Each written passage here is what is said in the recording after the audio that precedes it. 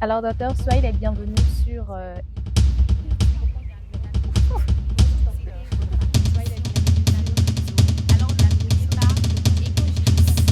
Bienvenue dans la Minute Zoo, votre capsule sauvage signée Ecogis.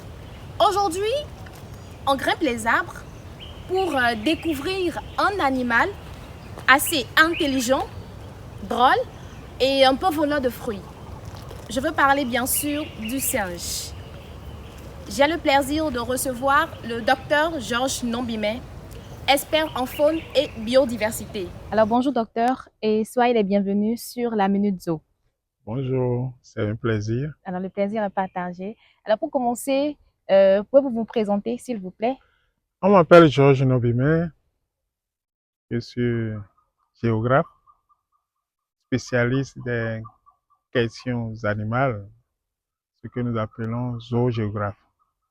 Mais je travaille beaucoup plus sur les primates. Ok, Autrement dit, je suis un primatologue ok, et je primatologue. suis enseignant-chercheur à l'université d'Abidjan. Voilà qui je suis. Ok, d'accord. Mais c'est un plaisir de vous avoir ce matin pour parler, bien sûr, des animaux, de la zoologie. Alors, pour entrer dans le vif du sujet, pouvez-vous nous présenter brièvement le singe? Où vit-il? Quelle est son importance, bien sûr, dans la faune béninoise? Oui, le singe, c'est une espèce animale, un mammifère, que nous croisons dans beaucoup d'habitats au Bénin. Ce qui serait bien ce matin, c'est de parler du singe à ventre rouge. Pourquoi parler de lui? Le singe à ventre rouge. Voilà. Ok, Pourquoi nous allons parler de lui? Nous allons parler de lui parce que par rapport au Bénin, oui.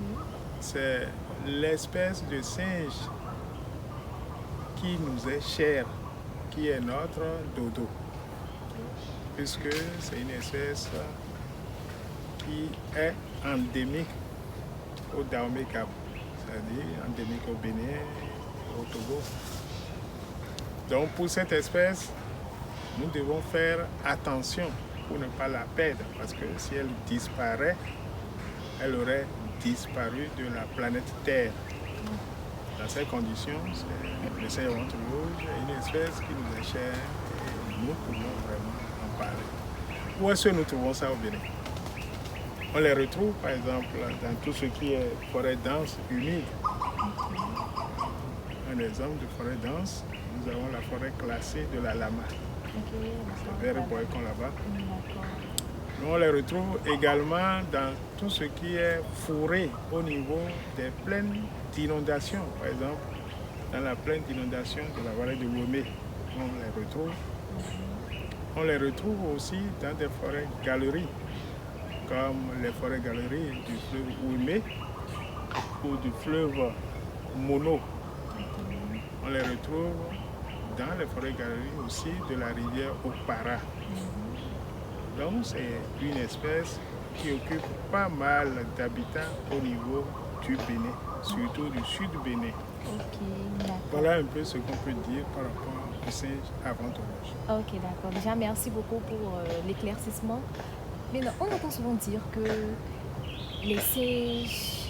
D'abord, quelles sont les particularités qui font du Et singe? c'est lui qui crie comme ça, le singe à ventre rouge. Ah, d'accord. C'est tellement qu'on parle de lui et il a voulu réagir. Alors, docteur, dites-nous. Parce qu'en fait, on entend dire souvent que voilà, on se ressemble un peu. Bien sûr, c'est pas moi et le singe, hein, l'homme grand H. Avec le singe, il y a une ressemblance, une petite ressemblance entre l'homme et le singe.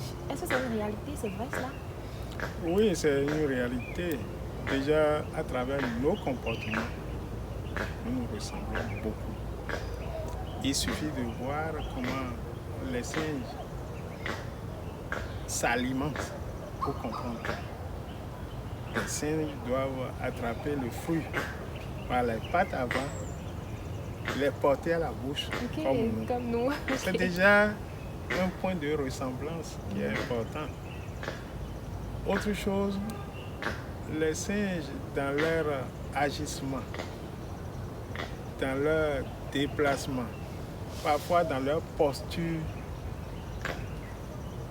font que nous constatons qu'il y a des rapprochements entre nous. Et pour les grands scientifiques, en termes de gènes, nous partageons plus de 90% de gènes en commun. Wow. Donc, 90%. plus de 90%. Des espèces qui sont vraiment proches de nous, ce sont les chimpanzés et les bonobos. Eux autres, c'est pratiquement les mêmes gènes. Donc, plus de 95% de gènes on partage ici. Donc, voilà un peu ce qu'on peut dire concernant notre ressemblance entre les primates ou les singes et nous, humains. Ok, d'accord. D'accord, mais c'est très intéressant ça. Hein? Alors déjà, l'étiquette qui est souvent collée aux singes, c'est qu'ils sont drôles ou, que dois-je dire, un peu farceurs ou malicieux. Est-ce que c'est une réalité ça aussi ou c'est juste un cliché? C'est une réalité. C'est une réalité. Quand on parle de singes, un exemple de malice du singe, vous connaissez ce que on appelle un épouvantail. Un épouvantail. Que les paysans déposent dans leurs champs pour éviter que les singes ou d'autres animaux viennent prélever leur récolte. Les singes, le premier jour où tu places un épouvantail, ok, tu n'auras pas suffisamment de leur visite. Ils vont se dire, un homme est là. Mais le deuxième jour, s'ils constatent que l'épouvantail est toujours là, même tenue, même position, ça ne bouge pas. C'est eux-mêmes qui viennent même toucher l'épouvantail. Tu vas les voir même monter sur la tête pour montrer que... Et là, ils savent que non, ce n'est pas un homme. Et ils peuvent maintenant prélever dans ton champ et partir. Ça prouve qu'ils sont vraiment malins. Et voilà. D'accord. D'accord. Déjà, merci en tout cas. Et puisqu'on parle de traits particuliers, pouvez-vous nous expliquer comment les singes ils arrivent à communiquer entre eux? Est-ce qu'ils ont un langage, des gestes particuliers? Oui, les singes ont des langages. Ils n'ont pas un langage articulé comme les hommes. Mais à travers leur vocalisation, leur cri, ils communiquent entre eux. D'accord. Les cris qu'on vient d'entendre tout à l'heure, c'est pour informer ses congénères qu'il y a des intrus qui sont ici. Ah, oh là là. C'est pour marquer son territoire qu'il y a des intrus qui sont là. Mais docteur, dites-moi, derrière cette vivacité, la vivacité de ces animaux aujourd'hui font face à de nombreux défis. Et quelles sont aujourd'hui les menaces qui pèsent sur les singes ici chez nous ou ailleurs? Oui, ça c'est réel. Les menaces qui pèsent sur les singes, en premier lieu, c'est la perte d'habitat. La perte d'habitat. Oui, parce que quand les animaux n'ont plus leur habitat, c'est fini. Ils en meurent, si je peux m'exprimer comme ça.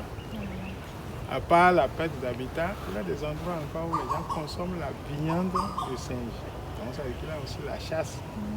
Donc ça fait les deux principaux risques auxquels les animaux, les primates ou les singes sont confrontés.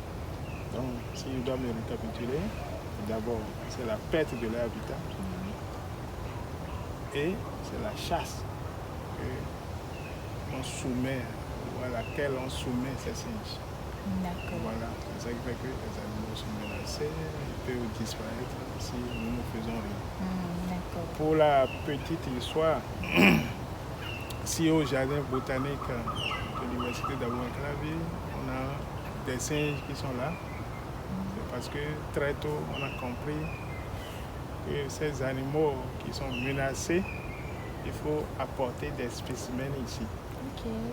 Donc, tout ce que vous voyez comme singe ici, ça a été amené d'ailleurs, surtout de la vallée de Lomé. Et quand on les a apportés, on les a mis d'abord en captivité, c'est-à-dire on les a fermés derrière des grillages, on les nourrissait. Et après un certain temps, on a dit ok, il faut ouvrir un peu la porte pour leur permettre de sortir. Et aujourd'hui, ils sont en toute liberté dans le jardin. Et ce que je dis date de moins de 30 ans, hein.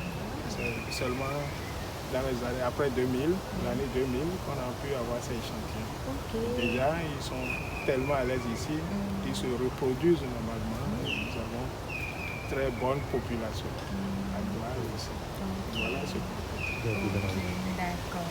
Alors, face à ces menaces qui pèsent aujourd'hui sur les singes, on se pose la question de savoir, en tant que citoyen et en tant qu'organisation, que pourrions-nous faire pour protéger ces animaux-là aujourd'hui? Oui, la première des choses, c'est déjà prendre conscience que les animaux, face à ces menaces, peuvent disparaître. Donc, ça veut dire qu'il faut éviter de détruire les habitats des singes. Éviter d'organiser des chasses à l'endroit des singes. Comme ça, la population animale va mieux se porter. De sensibiliser les gens autour de nous et comprendre que ces animaux sont menacés et que ces animaux nous sont chers, surtout le singe à ventre rouge, et qu'il ne faut pas les tuer. Comme ça permettra à tout le monde de comprendre aisément qu'il faut préserver et protéger ces animaux. Ok, d'accord. D'accord, docteur. Merci beaucoup. Alors, docteur, pour finir cette rencontre sur une note forte, si vous aviez un message à laisser à tous ceux qui nous regardent aujourd'hui, lequel serait-il? Merci beaucoup. Oui, le message à laisser en direction de tous ceux qui nous regardent, c'est de pouvoir faire un effort pour conserver tout ce qui est ressources naturelles, surtout les singes. Pourquoi les singes? Les singes jouent d'énormes rôles en matière de préservation des forêts. Parce que quand ils consomment une ressource, un fruit, ils laissent tomber la graine pas très loin dans la forêt. Ce qui fait que cette graine, par la germination, va donner naissance à un autre arbre. Finalement, ils jouent le rôle de jardinier. C'est sûr. Dans ces conditions, faisons attention.